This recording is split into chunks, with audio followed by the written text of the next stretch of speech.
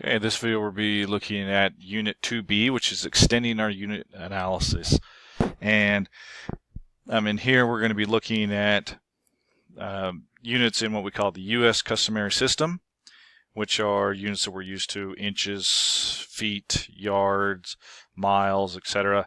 We're also going to be looking at the metric system, which is in meters and kilograms, milligrams, all sorts of different types of units that we can deal with in there as well. Now this first part that I've got here, you can pause the video, you can read through a little bit of the history of where the U.S. customary system comes from, where it dates back to. It is a very complex system, and it's very foreign to other places, but this will give you an idea as to where all of this actually stemmed from. And here are some of the what we call the conversions, or our equivalent factors here. So for example, if we're we got 1 foot is 12 inches, 1 yard is 3 feet, 1 mile is 5,280 feet, 1 nautical mile is 6,076.1 feet. And there's also a little bit you can see, we've kind of mixed in here a little bit of the metric system. But again, we can see that the U.S. customary system is quite large. So we've got lengths, weights, and volumes.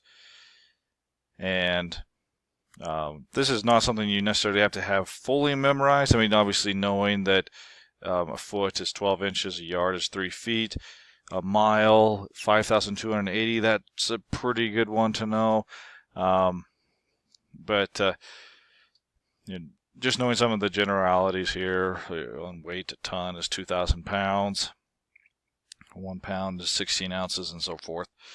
We're not going to be doing tons with the volumes. We'll be using a little bit in gallons and things, but again, you don't have to have this whole thing memorized.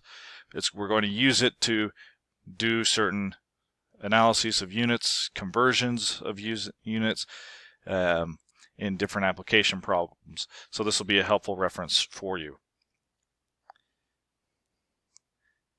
Okay, so we're going to look at again, as we're extending our unit analysis, we're just kind of picking up where we left off in our last unit, and just adding a little bit more to that. So this problem says that 1 cubic foot holds 7.8 or 7.48 gallons of water. Okay, so I'm going to write that down. 1 cubic foot holds 7.48 gallons. 1 gallon of water weighs, so 1 gallon of water weighs 8.33 pounds. So I'm just writing down the information I know as I go.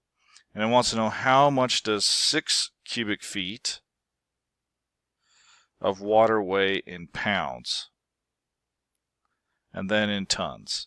So we got a couple of things we need to find out here. So we're looking at 6 cubic feet, and we want to know how much does that weigh in the end. So we have 6 cubic feet, and then we're going to times it by our conversion fraction here.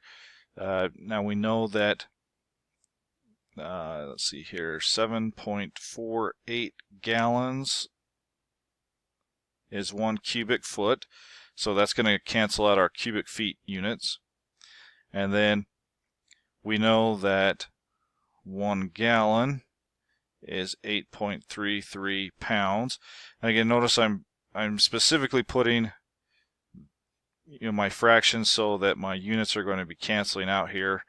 And so what happens in the end is I have 6 times 7.48 times 8.33 pounds left. The bottom of the fraction is just 1 times 1. So when I multiply all of that out, I get approximately, rounded to the 10th place, 373.9 pounds. So 6 cubic feet of water here is going to be 373.9 pounds.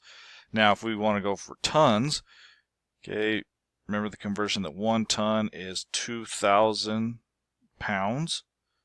Change colors for this one. So we know we've got 373.9 pounds. We're going to times that by, I want pounds in the bottom, and 2,000 pounds is 1 ton. So that's going to cancel out the pounds.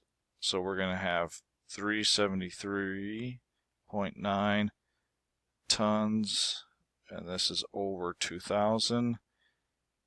So when you do 373.9 divided by 2,000, you get approximately 0.19 tons.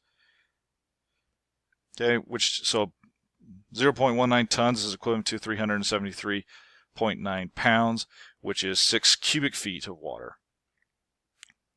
So again, that's using unit analysis to find out the values of units in, well, when we're given a scenario, we're going to find different values using different units, because some things, sometimes you would need cubic feet when you're dealing in a volume setting. Sometimes you're going to need pounds when you're trying to, determine if, say, for example, a truck can carry that amount of weight and so forth. So that's where this may come into play, but that's how you would do that. Again, an extension of our unit analysis. Now we're going to look. We've got the international metric system. Okay, so the metric system,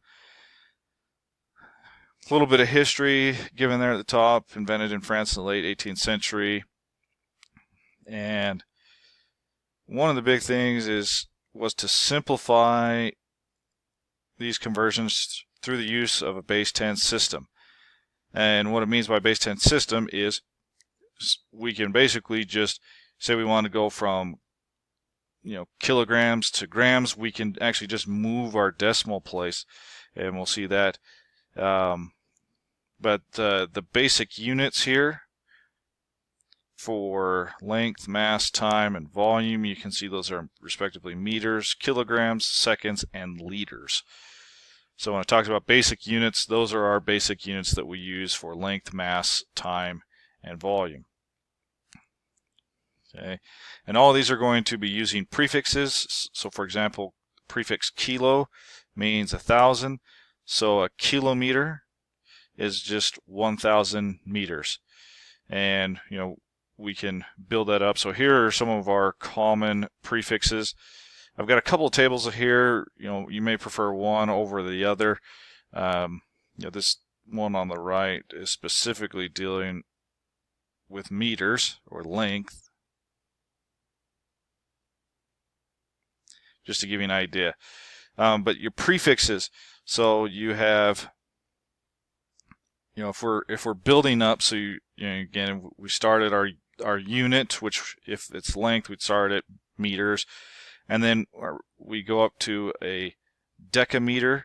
Okay, that would be 10 meters, and then a hectometer, that would be 100 meters. A kilometer is 1,000, and then we start to jump here. A mega meter is 1 million meters. So you can see these powers jumping from 10 or 1, 2, 3, and then 6, and then 9. Because these are some of the most commonly used. So giga is billion, tera is trillion, and you may have heard those words a lot. Megabytes, gigabytes, terabytes. That's a different unit in storage capacities, and that just tells you how big size or value you have. Okay, now if we go the opposite way into decimals, we have deci, which is a tenth, centi, which is 1/100th. So like, for example, 100 centimeters is 1 meter. Then we go millimeters, which is 1,000. Then we go down into micro, which is to the 1/1,000,000th. Nano, 1/1,000,000,000th. And pico, 1/1,000,000,000th. So couple that we do hear frequently is we hear nanotechnology. Okay, that's down on the 1/1000th scale. Microtechnology down on the millionth scale, and so forth. And so let's look at this. Let's got a couple of problems for us to solve here. We want to convert 24 kilometers to meters. So we've got 24 kilometers. A couple ways you can do this. Okay, you can times this by, and you can say, well, again, I want kilometers in the bottom, and 1 kilometer is 1,000 meters. And again, that's kind of right here. So our kilometers cancel, and this would be 24,000 meters is 24 kilometers or kilometers.